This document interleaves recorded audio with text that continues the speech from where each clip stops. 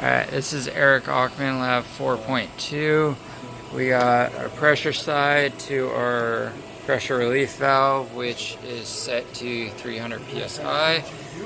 From there, we go to our flow control valve, which goes to our lever and also goes to another flow control valve, which is more used as an on-off switch for our accumulator.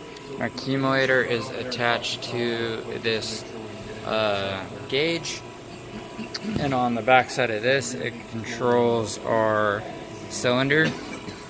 And so with this shut all the way off, you can see that our piston rod moves relatively slow because we restricted the flow of the fluid. So to use the accumulator, if we open up the accumulator all the way, as you can see, it's set at 300 psi. Now our piston rod moves quick, and then that also drops our accumulator over there. So yeah, we're using the accumulator to move it quicker. And then if we shut the system off, it still operates for a little bit as the pressure drops. This is Eric Ackman Part 2. So that represents our conveyor belt, and then that's has a flow control valve. Our PSI is set to about 350.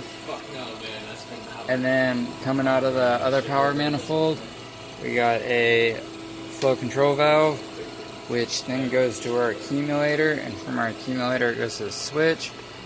And so as the conveyor belt's spinning, this piston rejects the product, and then this one crushes it. So yeah, and I'm not sure if I said it, but the accumulators to make sure the motor keeps constantly running.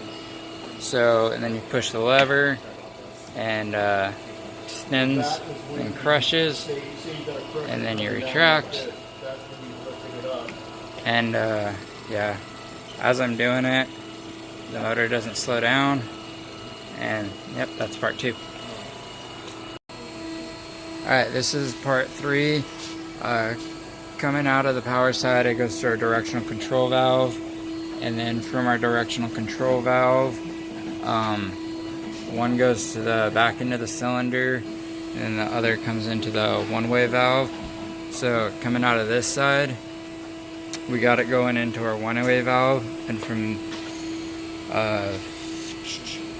also from the manifold, we got a one-way valve back into the power side, and then out of the directional control valve, it goes back to the waste side. And then to show it working, when we go out,